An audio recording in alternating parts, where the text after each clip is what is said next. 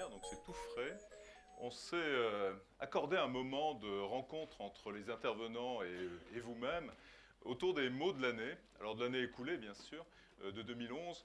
Alors peut-être avec quelques incidences et même certainement sur les années qui viennent. Ce ne sont pas des mots innocents. Et on va enchaîner comme cela, d'un mot à l'autre, en commençant par Élodie. Élodie, vous avez choisi le mot slasher.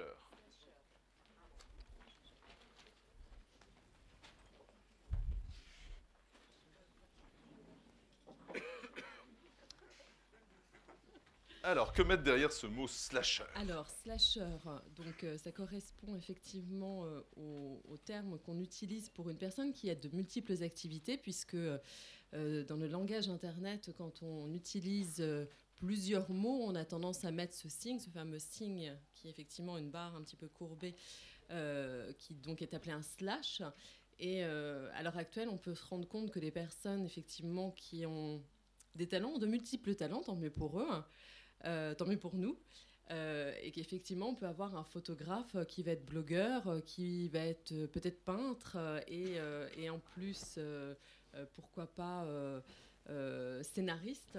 Et on peut estimer en fait qu'il y a deux raisons au fait qu'il y ait des slashers. Le premier peut être une raison économique, que effectivement, à force de nous dire que c'est la crise, peut-être que vraiment il y a une crise.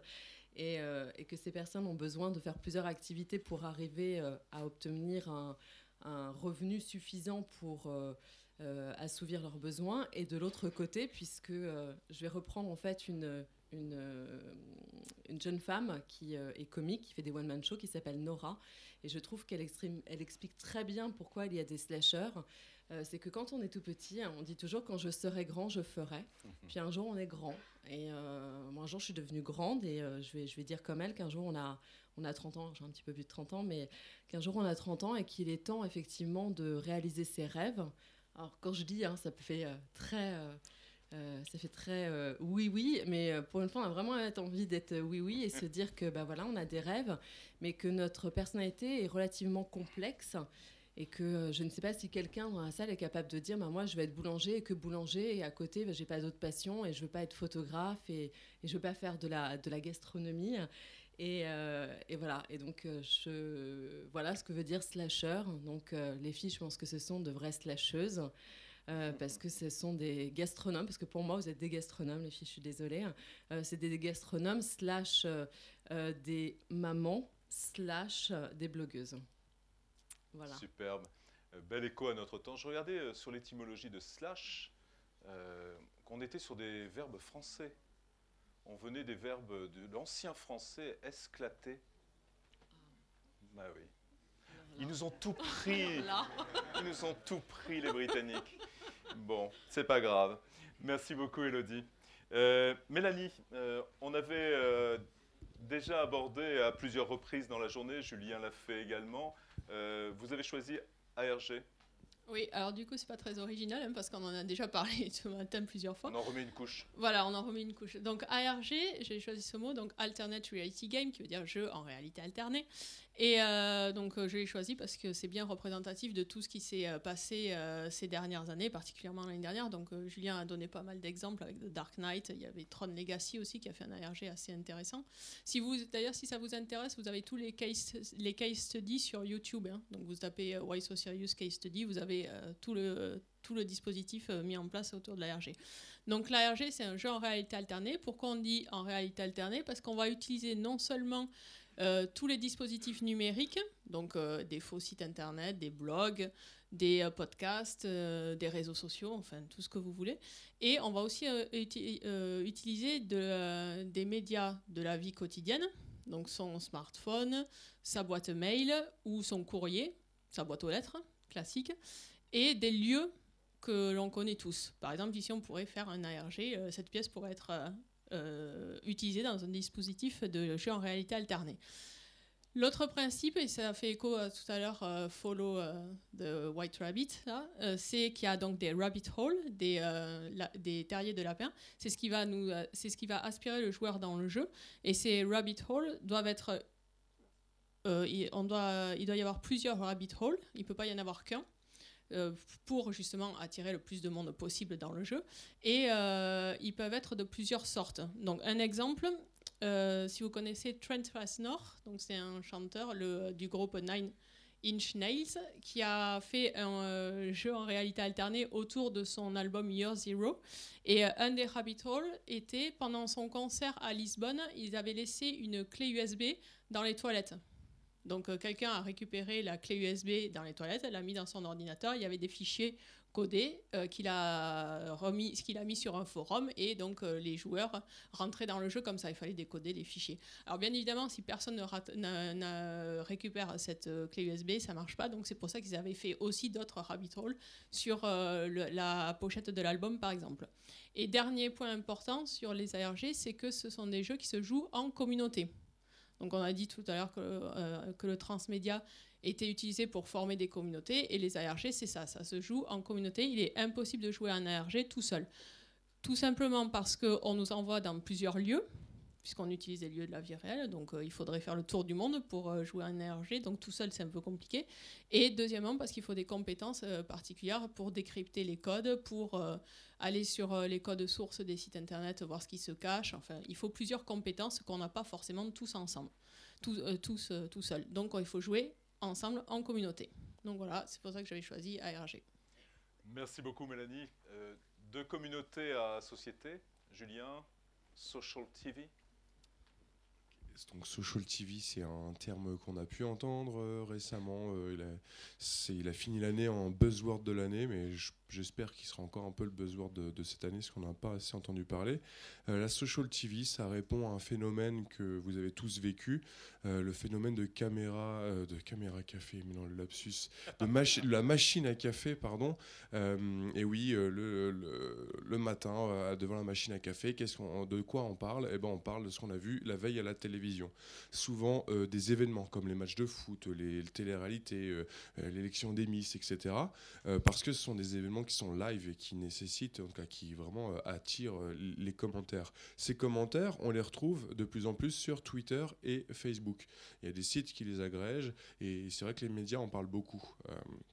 Mais ce n'est pas un phénomène qui est finalement très étonnant, puisque le web, c'est un couloir, c'est un grand forum, donc il est très logique qu'on y aille y parler et y commenter la télévision. Ce que veut dire Social TV, c'est justement la réponse organisée des chaînes de télé, des producteurs ou des acteurs indépendants sur comment on va pouvoir faire pour prolonger le divertissement, comment on va faire pour vraiment proposer du fun à partir de ces commentaires. La réponse peut être d'une application, une page Facebook bien tenue. Je vous invite notamment, c'est Top Chef en ce moment, à aller voir la page Facebook d'M6. Ils font de la Social TV, c'est-à-dire qu'ils publient en fait les extraits les plus buzz, on va dire, ceux qui sont les plus commentés sur leur page, ce qui fait que quand moi j'ai envie d'aller commenter en faisant « Oh, t'as vu, dans Top Chef, elle est trop nulle, j'espère qu'elle va perdre », parce que c'est ce que tout le monde se dit, parce que c'est... Je pense surtout à celle qui a gagné l'année dernière, elle ne le méritait pas. Si tu me regardes, non. Et on était beaucoup à penser la même chose. Et ça, M6 l'a compris, donc du coup, publie les extraits vidéo de ces moments phares afin de créer un peu plus de buzz. Et justement, après, le rapport avec le transmédia, c'est que si on a une audience connectés sur un seul et même lieu autour de la diffusion d'un contenu, et après pour nous professionnels du transmédia, c'est plus facile de créer une communauté et prolonger la narration. Merci Julien. On reste dans le social. Solomo, Guillaume.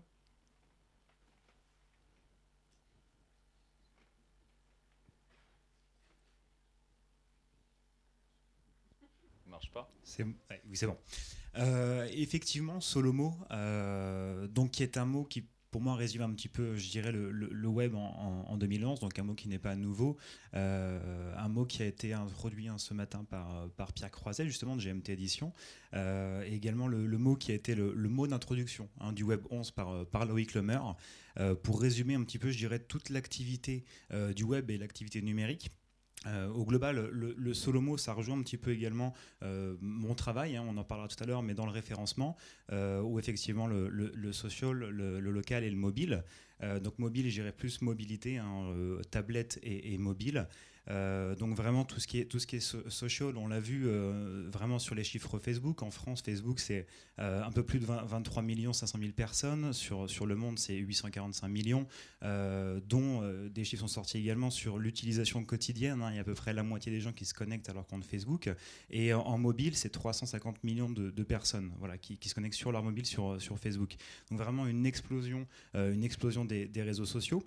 Là-dessus, en France également, Google+, c'est 4 millions d'utilisateurs, c'est 5 millions sur Twitter, donc vraiment sur des données où on essaye de partager l'information et justement également de faire de la veille sur ces supports.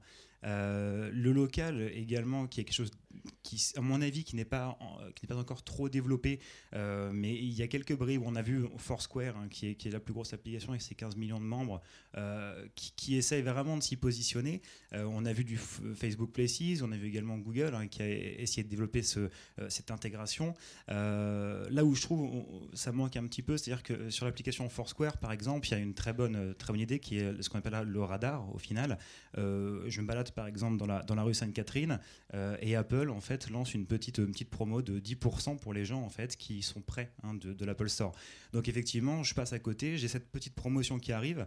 J'ai l'impression qu'il n'y a pas encore tellement de marques qui s'y positionnent, mais ça me semble être quelque chose d'assez intéressant, c'est-à-dire qu'on va essayer d'avoir l'internaute au final, mais surtout le mobinaute près du lieu où se trouve l'activité. Et enfin, le mobile, c'est vraiment l'explosion aussi. Je parle de chiffres très clairs. Je travaille chez Le Parisien aujourd'hui en France. En janvier, on a fait nos chiffres historiques. C'est 100 millions de pages vues sur le mobile. C'est 150% d'augmentation par rapport à l'année précédente, quand le web augmente de 40% sur la même période. Donc vraiment, on est vraiment sur ce développement où on peut le voir. Je pense que chacun d'entre nous, le matin, en se levant, se connecte sur son mobile ou prend son café devant l'iPad. Ensuite, bien sûr, il y a l'évolution, c'est-à-dire qu'on arrive là sur l'ordinateur, sur le travail, et quand on rentre chez soi, bien souvent, on n'allume plus l'ordinateur, mais on sert vraiment de son mobile et de sa tablette pour communiquer, pour trouver l'information. Merci beaucoup Guillaume. Et effectivement, on sent bien les correspondances entre ce qui était dit ce matin et ce que tu viens de réaccentuer. Joël, quand tu as choisi ton mot, tu m'as dit « Oh là là, c'est un mot tellement général », mais au contraire, il vient là pour nous éclairer, nous rafraîchir, le mot de partage. Alors pourquoi as-tu choisi cela ? Oui, alors c'est un mot qui n'est pas très technique, qui n'est pas très... Mais en fait, je l'ai choisi parce que... Alors moi, je ne suis pas de la génération Y, je suis de celle d'avant. Et quand je suis née, et en plus je suis née au Cameroun, on n'avait pas la télé, on avait à peine le téléphone. C'était vraiment un petit village et donc j'ai grandi sans être très connectée du tout même. C'est-à-dire j'avais plutôt 20 ans de retard que de l'avance. Et quand je suis arrivée, quand j'ai découvert le web, en fait c'était plutôt magique pour moi parce que j'avais accès à une connaissance qui était là, sous la main, tout ce qui était les encyclopédies, enfin... À peine je voulais savoir quelque chose que j'allais sur Internet et que je l'avais. Et du coup, c'était toute cette mise en partage de toutes ces connaissances qui, pour moi, était magique. Et donc, c'est pour ça que j'ai choisi partage.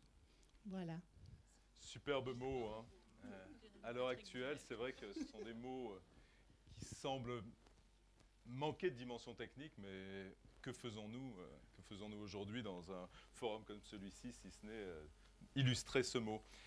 Pierre a dû nous quitter, comme vous savez, ou si vous nous avez rejoint, Pierre Croiset, qui a présenté GMT Édition ce matin. Il avait choisi le terme PC, mais en jouant sur ces initiales. Alors, je ne vous lis pas tout ce qu'il nous a mis, parce que je prendrais trop de temps, mais il est parti sur le fait de réexploiter ces initiales sous d'autres appellations. Par exemple, portable créatif, porte des contenus, périphérique connecté, pâle copie, pauvre concept, portée certaine, etc. Et alors voilà la proposition de Pierre pour cette année, et on le reconnaît bien là. J'en appelle donc à un grand concours pour remplacer le mot PC.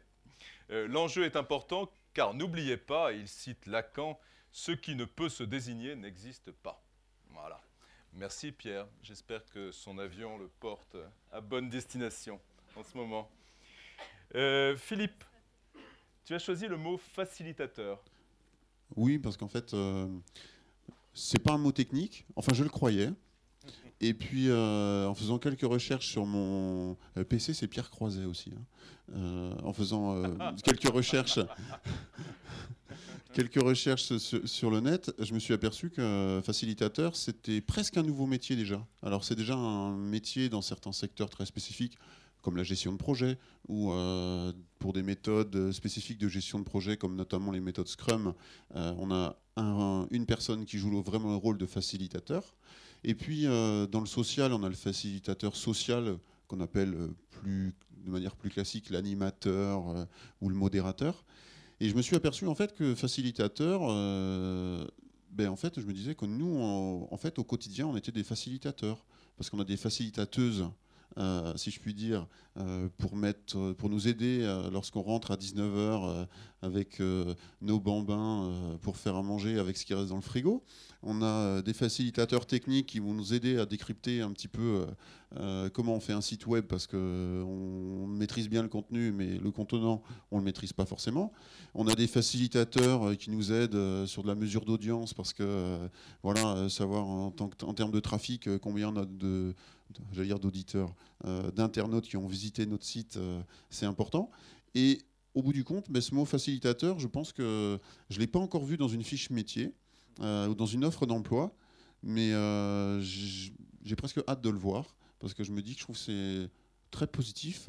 Et facilitateur numérique, ou je ne sais pas comment il faudrait l'appeler, de cette façon-là, ça permettrait déjà d'englober un certain nombre de missions que en fonction du secteur d'activité, les salariés ou dans les agences de communication, ils doivent réaliser. Alors, je finirai sur ce point. Il y a de très grandes entreprises qui ont un service communication, un service marketing, un service commercial, un service comptabilité-gestion. Tout est segmenté. Et là, on a sacrément besoin de facilitateurs dans ce genre d'entreprise. Et quelque part, ces facilitateurs, que ce soit à l'échelle d'une grande entreprise ou d'une petite structure, soit c'est joué par plusieurs personnes, soit par une seule et même personne.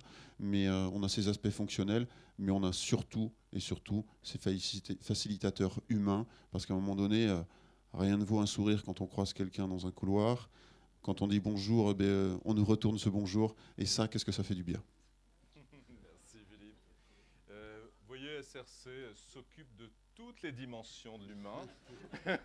et merci, oui, c'est une sacrée ouverture que tu fais là. Et c'est vrai qu'on se pose quand même souvent des questions par rapport au métier auquel on forme, quant à l'appellation qu'il faut leur donner. Parce que Margaret Mead, qui est une grande pédagogue d'il y a quelques décennies, s'interrogeait déjà sur les métiers du futur, comment les nommer, comment y préparer les mots et les termes qu'on utilise, et pourquoi pas celui de facilitateur, il contribue directement. Anne, tu as choisi Fear of Missing Out. J'ai beaucoup cherché. Ah, dis-nous tout. Non, en fait, je me suis souvenue d'un article que j'avais lu sur ce concept qui m'a un peu interpellée, qui est la peur en fait de manquer quelque chose. Parce qu'on est tous de plus en plus connectés, de plus en plus sollicités. Et nos copains, ils ont l'air de faire des trucs géniaux sur Facebook, on veut aller aussi. Et on se retrouve à être trop sollicités, à avoir le choix entre live tweeter Top Chef, aller à une soirée. Et finalement, les gens ne font plus rien. Ils se retrouvent un peu... Il y a trop de choix, et trop de choix doit tuer le choix. Donc j'ai trouvé ça un concept peut-être... à étudier sur l'addiction, sur les problèmes peut-être d'addiction dont on parlait un peu ce matin aux réseaux sociaux, etc. De carnétodépendance. Voilà. Oui, en effet, on y est tous confrontés. Hein. Mathieu, un terme non moins étrange, celui d'écureuil.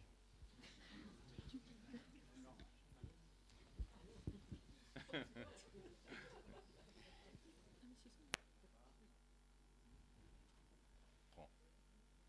faut l'ouvrir, celui-ci. Ouvre-le. Voilà.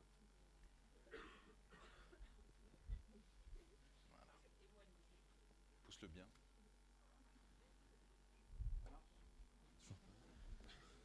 Si, ça marche. Ça y est. Alors oui, moi je voulais vous parler. Alors l'écureuil, c'est un petit rongeur qui est Non, alors l'écureuil, moi il y a un écureuil qui m'a un petit peu surpris récemment. En fait, je lisais un article dans le New York Times, ça fait chic déjà ça, mais non, sincèrement, c'est un article d'Eli Pariser que je vous recommande, qui est un article très très intéressant. Et en fait, il citait une anecdote, enfin voilà, il remontait un épisode de chez Facebook où en fait Mark Zuckerberg expliquer à ses collaborateurs que la pertinence était quelque chose de très important pour Facebook et qu'en fait ce que devait rechercher Facebook c'était s'intéresser plus aux écureuils écrasés en fait dans le jardin des gens que ce qui pouvait se passer à l'autre bout de la planète dans tel conflit déprimant, etc. Il dit voilà, ce qui nous intéresse c'est ça en fait, c'est d'aller, les gens s'intéressent probablement plus à cet écureuil écrasé qu'à ce qui se passe à l'autre bout de la planète. Et ça, moi, ça me pose un problème. Ça pose aussi un problème, en l'occurrence, à l'auteur de l'article, parce que c'est effectivement une tendance qu'on observe aujourd'hui sur Internet. C'est le même problème avec Google, qui aujourd'hui, je ne sais pas si vous vous rendez compte, mais personnalise en fait vos recherches. C'est-à-dire que Google va vous proposer un certain nombre de recherches au fur et à mesure où vous tapez. Et le problème, justement, c'est que c'est personnalisé. Donc c'est pas un problème pour eux en fait, parce que ça les intéresse. Ils vont pouvoir vraiment cibler ce que vous voulez en fonction de ce que vous recherchez. Mais ça pose un vrai problème éthique, limite démocratique, parce qu'en fait, la beauté d'Internet, c'est que ça vous ouvre au monde, justement. C'est un endroit de partage où on va pouvoir découvrir énormément de choses. Et là, en fait, nos amis de Facebook, nos amis de Google sont en train d'essayer de nous enfermer dans notre bulle, c'est-à-dire vous enfermer dans ce que vous appréciez, dans ce que vous aimez, et en fait, vous reproposer ce que vous aimez. Et c'est quand même un gros problème, parce que voilà, Internet est un fabuleux outil démocratique, mais parce qu'il nous permet de comprendre ce que pensent les autres aussi, ce qui se passe ailleurs. Et donc voilà, c'est une tendance aujourd'hui de ces mastodontes de l'Internet qui contrôlent de plus en plus de choses qui me paraît extrêmement inquiétante et je pense qu'il faut s'en méfier. Donc en fait, je pense qu'il faut laisser les écureuils écrasés là où ils sont et essayer d'aller regarder un tout petit peu plus loin. Donc voilà, je pense que ça peut paraître anecdotique, mais je pense qu'il faut se méfier quand même parce que ces gens-là sont aujourd'hui puissants et organisent une grande partie du contenu. Et donc je vous invite, alors je ne devrais pas dire ça d'ailleurs, hein, parce que dans nos métiers, nous, on propose du ciblage, de la recommandation, etc. Donc je suis en train de me tirer 2 balles dans les 2 pieds là. Mais voilà, pour autant, ça me paraît inquiétant. Donc il faut faire très attention à ces tendances. Et voilà. Voilà. Et en fait, les écureuils, je m'en fous, quoi. Donc c'est pour ça que... Très joli mot, hein. L'étymologie d'écureuil, vous avez en tête? L'étymologie d'écureuil, Skyrios en grec nous donne qui vit à l'ombre de sa queue. Ah oui, non, bon, c'est pas grave. Okay. On passe. Eric, tu as choisi un terme tout à fait rayonnant, celui d'industrialisation. Oui, bonjour et merci. J'ai choisi un terme un peu provocateur. Je suis habitué à colporter ce mot-là auprès des professionnels du web et en général, je me prends une révolte avant d'avoir fini ma phrase. Donc c'est pas un beau mot. Malgré tout, je pense que c'est un mot qui est très important pour nous à l'heure actuelle parce qu'on arrive à une sorte de seuil de maturité autour de 2010 vis-à-vis des technologies du web qui fait que d'un côté comme de l'autre, donc aussi bien dans la fabrication des sites internet que dans la façon de les vendre, on arrive à un peu un seuil d'industrialisation. Dans la fabrication des sites internet, on a maintenant tout un tas d'outils qui nous permettent, sans être développeurs et informaticiens Bac+12, de faire tout un tas de choses sur internet. Ces outils, ils ont été produits par des industriels en l'occurrence, et ils sont bienvenus quant à la réalisation de tout ce qu'on a à faire sur le web.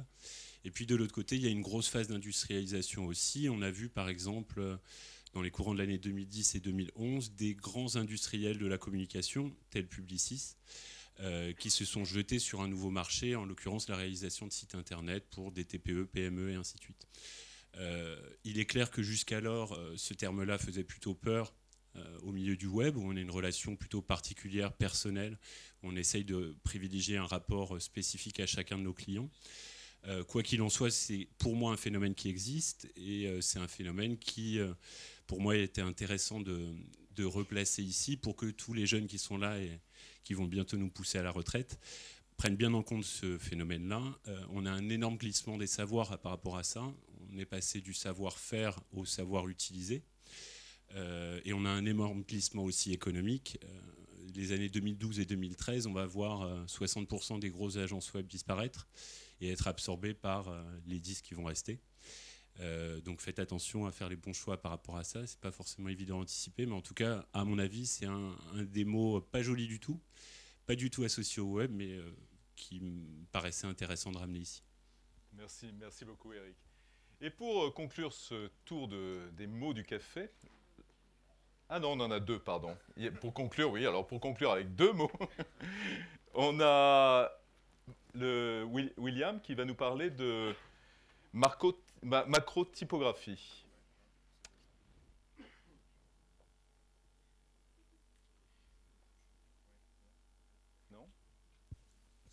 Ouais.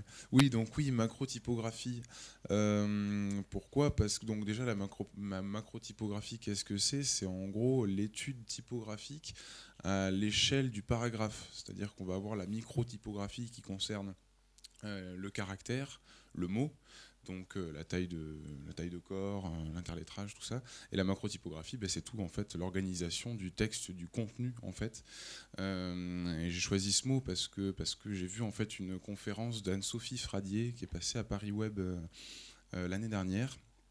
Très intéressante cette conférence d'ailleurs, cette présentation très détaillée, et en fait parce que clairement la typographie quelque part c'est quand même c'est la base du design, et notamment c'est très important de faire cette étude de macro-typographie pour les sites à caractère informatif lourd comme les journaux, etc. Et c'est souvent un truc qu'on laisse de côté parce que voilà. Mais quelque part, la façon de lire en fait sur un site web par rapport à du papier, c'est complètement différent. On peut pas si on peut comparer les deux, mais il y a beaucoup de règles qui ne s'appliquent pas au papier et qui s'appliquent au web.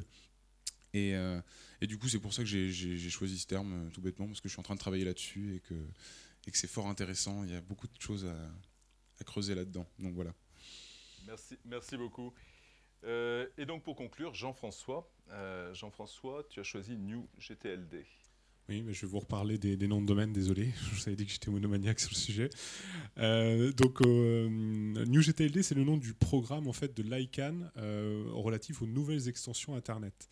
Alors l'ICANN, pour ceux qui ne connaissent pas, c'est une sorte d'ONU en fait, de l'Internet qui s'occupe d'attribuer les extensions génériques, donc une vingtaine actuellement, les extensions pays, 250, et les extensions donc, traduites en version locale, une quarantaine. L'ICANN, historiquement, a géré le .com, .net, .org, et ces dernières années, on a eu quelques petites ouvertures. Je pense au .mobi, au .tel, au .asia, dont vous avez peut-être entendu parler, tout récemment le .xxx. Et parmi ces extensions qui ont été créées, il y a eu le .4. .4, vous avez une idée de l'extension? À quoi ça correspond? J'ai des chats, souvent, qu'on me propose. Personne de la région de Barcelone, par ici? Voilà. Alors si vous allez à Barcelone, moi je le remarque dans le métro, j'ai une vision, j'arrive à détecter tous les noms de domaine dans les publicités comme ça, à l'œil, et vous verrez qu'il y a de la publicité en .4 partout. Et le fait que l'ICANN ait attribué le .4 à la Catalogne, ça a ouvert une boîte de Pandore. Donc il y a beaucoup de gens qui souhaitaient avoir leur propre extension Internet, et l'ICANN a décidé de créer un projet pour ces nouvelles extensions Internet qui a été initié en 2008, qui a été validé l'année dernière en 2011, et dont le programme est ouvert depuis le début d'année 2012 et se termine le 12 avril de cette année. Parmi ces nouvelles extensions, on en a actuellement donc 300, on en attend 500 à 1000. En France, les projets de région comme le .Aquitaine, le .BZH, le .Corsica, le .Bourgogne, le .Alsace vont voir le jour. Toutes les grandes villes du monde entier vont avoir leur extension, .Paris, .Londres, .New York, .Rome, etc. etc. Ça correspond au lot qu'on évoquait tout à l'heure sur le modèle Solomo. On va aussi avoir plein de nouvelles extensions sectorielles. Donc on va avoir un .wine, on va avoir un .hôtel, on va avoir un .surf, on va avoir un .poker, on va avoir toutes ces nouvelles typologies d'extensions. Et donc on en connaît à peu près 200 actuellement. Et il y a une catégorie assez mystérieuse qu'on appelle les dot brands. Concrètement, les sociétés vont aussi pouvoir créer leur propre extension Internet. Ils peuvent faire cette demande-là. Alors, Facebook va-t-il créer son .Facebook et proposer à Oasis, qui a 2 millions de fans sur sa page, de communiquer maintenant sur oasis.facebook, sauf que maintenant, c'est 1 000 € par mois pour avoir cette adresse. On peut voir ce type d'usage. On peut imaginer la même chose avec Twitter. Qu'est-ce que va faire Google d'un point Google ? Alors il y a un frein financier, parce que quand on dit créer sa propre extension Internet, c'est super, je peux créer ma propre extension. L'ICANN demande quand même 185 000 $ pour soumettre un dossier de candidature. Il y a, pour répondre à ce dossier de candidature, il faut lire un guide de 350 pages en anglais technique et juridique. Donc il y a des missions d'accompagnement qui sont assez importantes. Donc c'est pas anodin. Mais il faut rappeler aussi une perspective sur le second marché qui existe actuellement au niveau des noms de domaine. Facebook, en 2011, a racheté fb.com 8,5 millions $. Mis en perspective avec les 185 000 $ de l'ICANN, c'est rien pour eux. Toys R Us a racheté Toys.com pour 5 millions $. Poker.org s'est vendu 1 million $. Donc il y a du business model sur ces nouvelles extensions. Et l'ICANN, s'il propose ce programme, dans l'objectif de l'ICANN, c'est de proposer plus de compétition entre les registrars, donc les bureaux d'enregistrement, les registres, mais aussi plus de choix pour l'internaute pour avoir accès à des adresses qui peuvent être assez génériques, assez intéressantes en termes de référencement naturel. Quelqu'un qui va taper cinéma Paris dans Google, si quelqu'un a le nom de domaine cinéma.paris, on peut penser qu'il sera extrêmement bien référencé du fait de cette corrélation entre la requête et le nom de domaine. Donc le paysage va vraiment évoluer, sachant que les dossiers vont être validés par l'ICANN fin 2012 suite aux candidatures de ce premier trimestre et que les extensions seront visibles sur les différents moteurs de recherche à partir de 2013. Voilà. Merci beaucoup.